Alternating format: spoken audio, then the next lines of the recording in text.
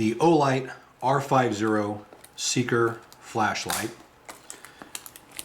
is packaged in, it appears to be a pretty sturdy box.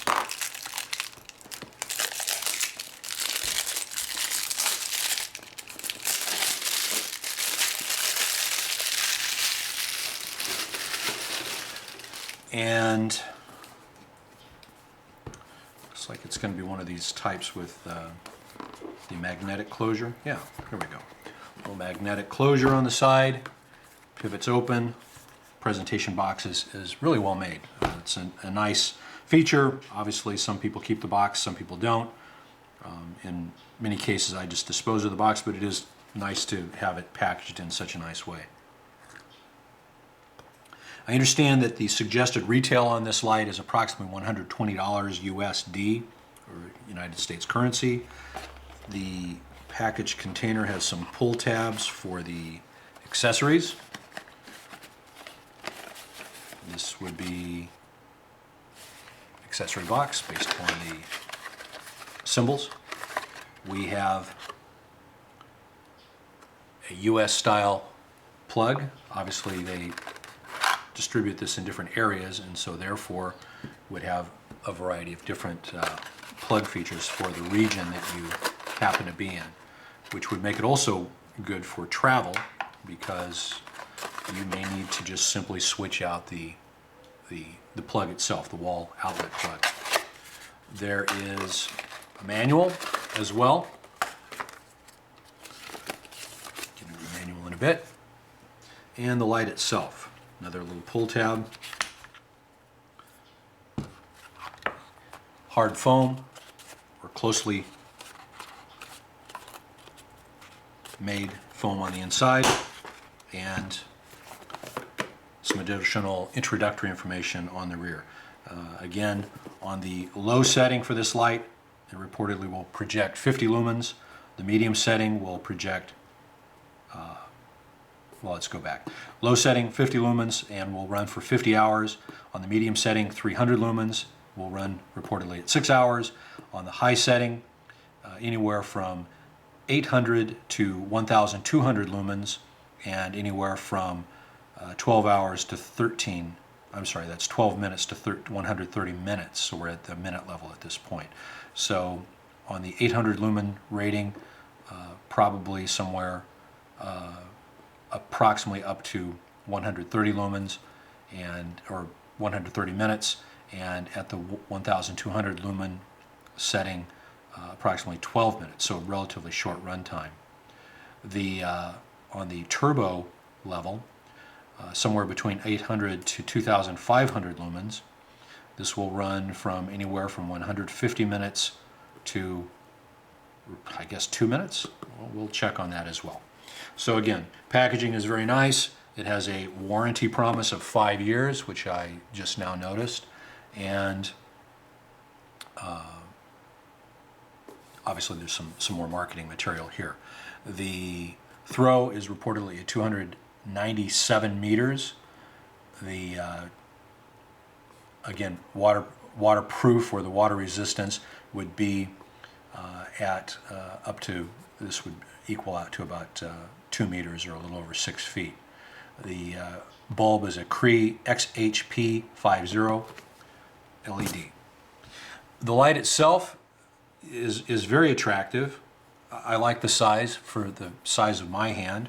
It fits very nicely. For the lumen throw on this, I got to say that I'm impressed with the size again. There is the operations button is here. The battery, I'm going to assume, is in the case at this time, because it's not in the box, and I believe that it's supposed to come with a battery. So we'll see if we've got a charge. And I just may not be operating this properly. So deploying the button is not giving us any light whatsoever. Tail cap, we'll go ahead and remove it. The threads have a little bit, well, the threads have a little bit of lubrication, not much. The O-ring is lubricated. The inside of the tail cap is here with probably the charging features inside, of course, because this is where we have the rubber or silicone cover for the micro USB port. And a lot of folks are familiar with micro USB charging. Obviously, in the EU, that's mandatory at this point. So yes, it does fit a micro USB charging plug, and the flexible material here, and I can't tell if that's, it feels like it might be just a plastic. It's relatively rigid, so it might be a plastic, it might be another version of silicone. Held in place by a pin here. I cannot see that on the inside. And the inside of this cover has a ridge that will help with maintaining the integrity of the access to the micro USB plug or port.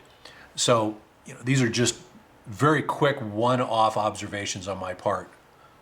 Might be rambling a bit, but that definitely plugs back into place very, very snugly. You can hear a little pop as it goes into place. The interior of the tail cap and the electronics behind this are interesting. This also feels, the black O-ring appears to be, or you might want to call it a donut, appears to be silicone or plastic or rubber. The battery does slip out. It is an Olight 26650 3.7 volt battery.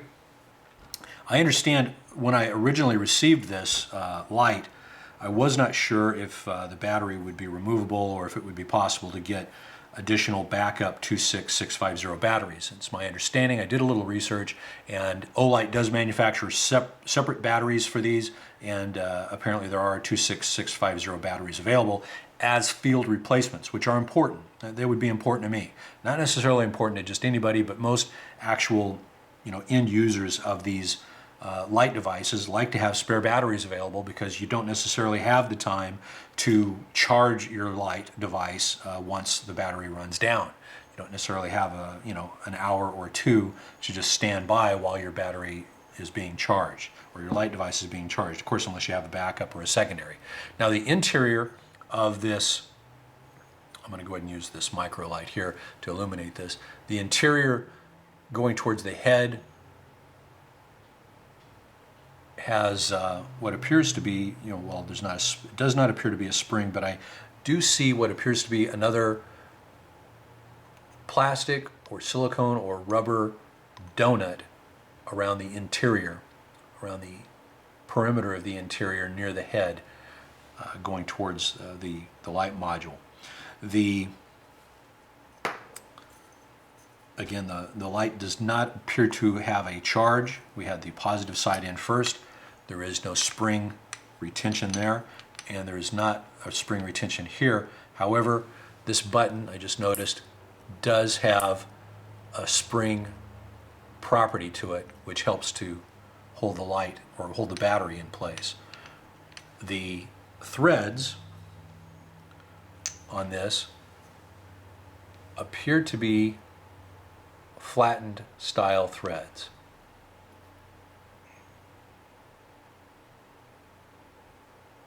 And I'll have to look at those a little more closely, but they do appear to be flat on the edge. Perhaps a bit of a rounded edge on the threads.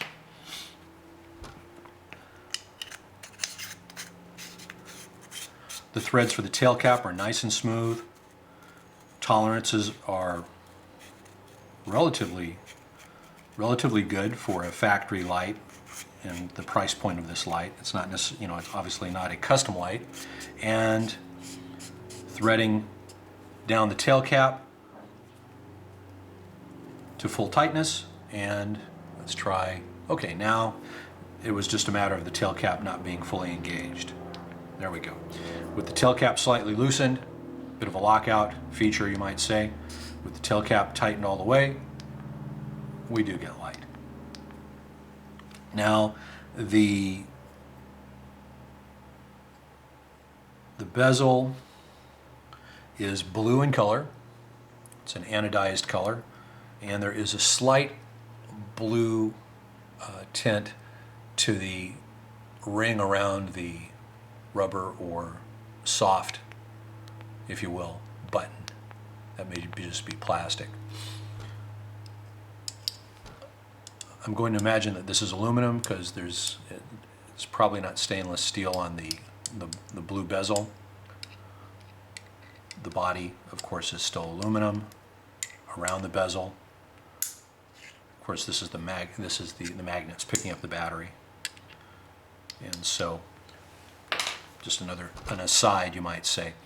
Around the head of the flashlight, there are some cuts around the head of the light itself, the head of the light, and that would help to dissipate heat. I imagine that that's the feature of that. And on the reflector, it appears to be orange peel. So some slight bumps on the actual light reflector itself. And then of course you can see the LED down in the base. It's not a very angular reflector, so this will probably have quite a bit of spill. Difficult to tell here, but there is a hot spot with quite a bit of spill on the desk here. And holding the button down cycles through the different light levels. Letting up, once you get to the desired level, leaves it at that point. Double tapped, and it appears to go to what is probably their turbo mode, because simply depressing the light does not seem to get up to that same light level that we just encountered. That seems a bit brighter than the highest level when just simply depressing the I seem to have put it into lockout. So we have a red LED that was displayed underneath the control button, and that's solid red again. That's probably indicating that it's in lockout mode. Double tapped it and it went red again. Of course, I'll have to look at the user manual to more specifically identify. So I depressed it for approximately 3 seconds, the light came back on. So it's, again, without referring to the manual, to the operator's manual, I've been able to determine the operating features or the user interface of this light relatively easily. And of course, I'm no flashlight engineer by any stretch of the imagination, so I'm just a simple end user. So depressing that light and then holding it seems to put it into the lockout feature. And then depressing and holding for about 3 seconds again brings it back into the on. And cycling through once again. Leaving it on what is probably the high mode, turning it off, and then just a few seconds later depressing the operator button again, brings that into either the high mode or the turbo mode. So, just kind of playing with the light to get an idea about the light levels and the operation of the light itself. This will most likely prove to be just a very useful little device. I don't know what the price point is on the replacement batteries, the 26650 batteries from Olight or other sources. I'm not familiar with that particular power source myself. And therefore, it can't be that extreme. I can't imagine to have a couple of extra batteries. There are lanyard holes at the tail on one end or one side of the tail cap. The body has a nice grippy surface to it on both the tail cap and the body itself. There is a hexagonal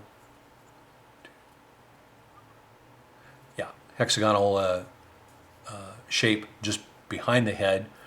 And ergonomically, at least for me, everyone's ergonomics is going to be different, but ergonomically I like this light.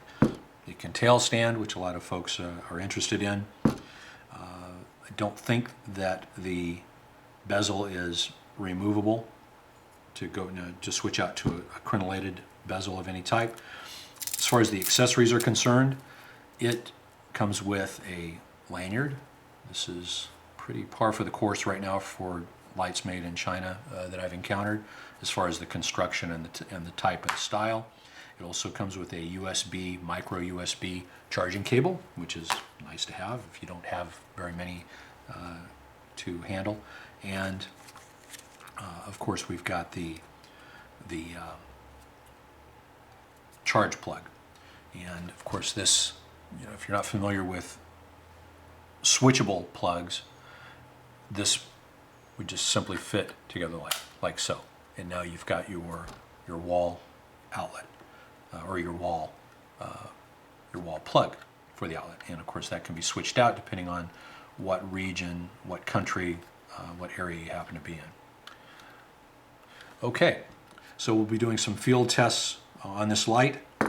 Nice package, and overall I'm so far impressed.